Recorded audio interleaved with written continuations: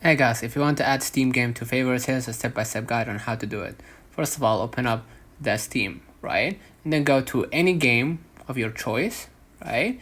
And there is another way of adding to your favorites by going to this game, for example, right?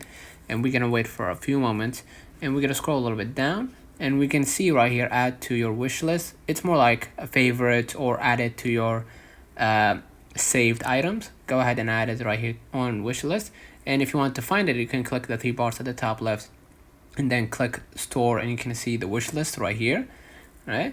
And basically gonna see the games that you saved on the wish list after confirming with your account. Okay, so as you can see right here, I'm receiving the email, right? So I'm gonna receive the Gmail right here, and I'm gonna add the new code right here from here, right? Copy the code, then go and then confirm via your email, right? And it says right here it's not working, just go right here and try to add the number. Let me add the code, right? And then go to your Steam and then paste the